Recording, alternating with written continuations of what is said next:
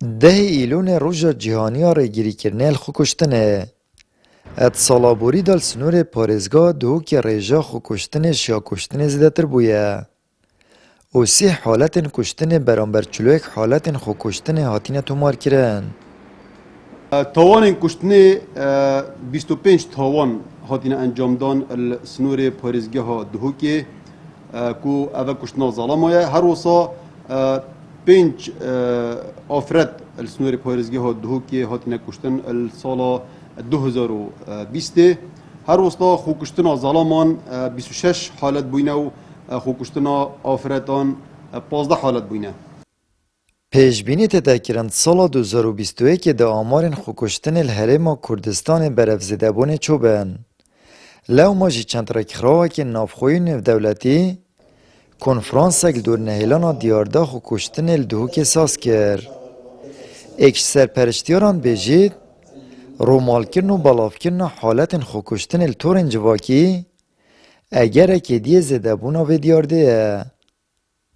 هۆکارگەلی جیاواز هەن کۆمەڵایەتی ئابووری سیاسی تاکە کەسی هەموو ئەوانە بە یەکەوە کار دەکەن بەرەنجام وا دەکەن کەسێک کە بیر لە خۆکوشتن بکاتەوە مەبەستمان لەوەیە کە بواری ئەکادیمی و بواری میدیا بهێنینە مەیدان هاوکار بن لەگەڵمان بۆ ڕێگری لە خۆکوشتن لێرەوا دەردەکەوێت کە خۆکوشتن ڕووی لە زیادیە بابەتەکە ئەوەیە کە زیاتر ڕووماڵی کێشەکانی پێوەست بە خۆکوشتن دەکرێت بەداخەوە زۆربەی جار ڕووماڵەکانیش نابەرپرسانەوە و دەبێتە هۆی هەندانی زیاتری خۆکوشتن.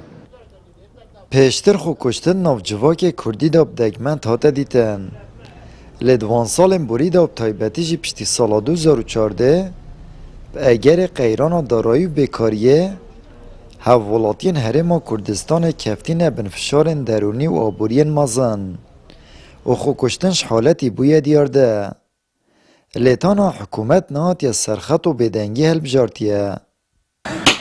یا کمین جار نخوشیه دو او نخوشه توجی خموکی ابد depression دوای انكزايتي ترس هيا دوای PTSD او تراوما PTSD تطوير ابد اما واليات او كسنتوان بشو بخوت ايتر مثلا ايش جينيا اوي بريار دابت خو بكوجد زور زحمته اما محاوله كين كما كين اروينا ناوكم ملقا او وعي بلاوه كين حكيك ياك آری شيء هبت با بيت اما کلینیک من ها اما تیم من ها هری کار کن. در انجام بیکاری و بی‌امیدی و فشار زور نخوشین درونی پیداد بن و زور جاران بن اگر خو کشتنه. سالانه زدتری 700,000 کسال سرانسری جهان خود کشن. 77 صد جوان حالت الولات خودان دهاتن که مناونجی ریدن.